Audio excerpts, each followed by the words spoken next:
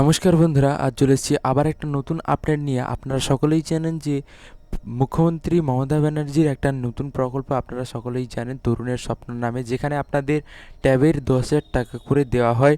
তো সেই টাকা আমি আগের ভিডিওতে জানিয়েছিলাম যে এই বছর ক্লাস 11 অর্থাৎ একাদশ শ্রেণীতে পাঠরত ছাত্রছাত্রীদের ভর্তির সময়ই কিন্তু আপনাদেরকে টাকা দেওয়ার যে ফর্ম ফিল আপ শুরু হয়ে গিয়েছিল এবং বর্তমানে তার কত টাকা বরাদ্দ করেছে এবং সেই টাকা নিয়ে একটি বিশেষ বড় গুরুত্বপূর্ণ আপডেট উঠে এসেছে। তো এখানে কি বলা হয়েছে সম্পূর্ণ বিস্তারিতভাবে এই ভিডিওর মাধ্যমে জানাবো এবং তৎসঙ্গে ভিডিও শেষে অবশ্যই বলবো যে টাকা আপনারা কবে পেতে পারেন।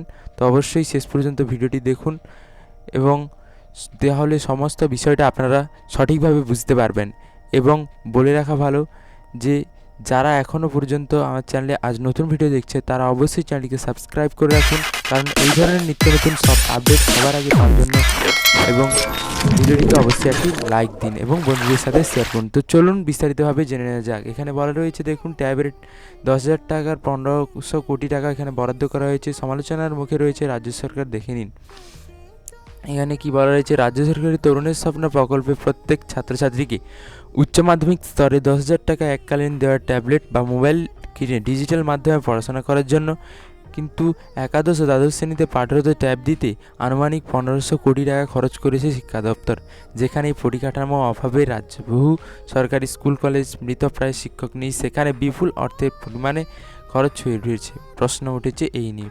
শিক্ষকের উদ্বেগ, ভাঙা ঘরে ট্যাবের আলো। অনেক শিক্ষক মনে করেন আধুনিক শিক্ষা ব্যবস্থায় ট্যাব প্রয়োজনীয় হলেও ঠিকঠাক ক্লাস ঘর, আধুনিক ল্যাবরেটরি অত্যন্ত জরুরি, যেখানে ন্যূনতম পরিকাঠামোর অভাবে ছাত্রছাত্রীরা আনুমানিক শিক্ষা থেকে বঞ্চিত। সেখানে ট্যাবের 10,000 টাকা তো বিলাসিতা। 1500 কোটি কম্পিউটারে এখানে ন্যূনতম পরিকাঠামোর অভাবে ছাত্রছাত্রীরা আনুমানিক শিক্ষা থেকে বঞ্চিত হয়ে যাচ্ছে। সেখানে ল্যাবরেটরি, ডিজিটাল ল্যাবরেটরি এবং স্মার্ট ক্লাসরুম তৈরি করার কাজে ব্যবহার করা যেতেই পারে। এখানে কোভিডের সময় থেকে দ্বাদশ শ্রেণীর পড়ুয়াদের ট্যাব দেওয়া শুরু হয়, কিন্তু এইবারে খরচের পরিমাণ অনেক বেড়েছে, কারণ আগের বছরের পড়ুয়াদের তুলনায় এই বছরের পড়ুয়াদের অনেক বেশি সংখ্যা বেড়েছে। পড়ুয়াদের একই সঙ্গে টাকা দেওয়া হবে এবং পড়ুয়াদের পরিস্থিতি ও শিক্ষা মন্ত্রণালয়ের মতামত। এবছরের মাধ্যমিক পরীক্ষা দিয়েছে 7,65,252 জন, কিন্তু উচ্চ মাধ্যমিক শিক্ষা সংসদ অনুযায়ী একাদশ শ্রেণী ও দ্বাদশ শ্রেণী মিলিয়ে প্রায় 15 লক্ষ পড়ুয়া আছে। তাদের প্রত্যেকের অ্যাকাউন্টে 10,000 টাকা করে জমা দিতে 1500 কোটি টাকা খরচ হচ্ছে। মূলত এই আপডেট, কিছু শিক্ষক ও সংগঠন মনে করেন ট্যাবের থেকে স্কুলের কম্পিউটারের, ল্যাবের এবং মিড ডে মিলের বরাদ্দ বাড়ানো বেশি প্রয়োজন। তাদের মতে এই টাকায় স্কুলের পরিকাঠামো উন্নয়ন করা যেতেই পারে। শিক্ষা দপ্তরের মতে ডিজিটাল যুগে পড়ুয়াদের হাতে মোবাইল, ট্যাব থাকা জরুরি। অনলাইন ক্লাস এবং উচ্চশিক্ষায় এটি কাজে আসবে। তবে অনেক শিক্ষক মতে স্কুল মোবাইলে আনা বারণ, অথচ সরকার নিজেই ট্যাব দিচ্ছে। ইতিমধ্যে স্কুলগুলির তরফ থেকে ছাত্রছাত্রীদের তথ্য সংগ্রহের কথা বলে দেওয়া হয়েছে। খুব তাড়াতাড়ি সমস্ত কিছু ডিজিটাল আপলোড হয়ে গিয়ে আগস্ট সেপ্টেম্বর মাসেই ট্যাবের টাকা কিন্তু দেওয়া শুরু হয়ে যেতে পারে। তাহলে অবশ্যই তোমরা দেখে নিয়েছো যে আগস্ট থেকে সেপ্টেম্বর মাসের মধ্যেই কিন্তু তোমাদের টাকা ঢুকে যেতে পারে।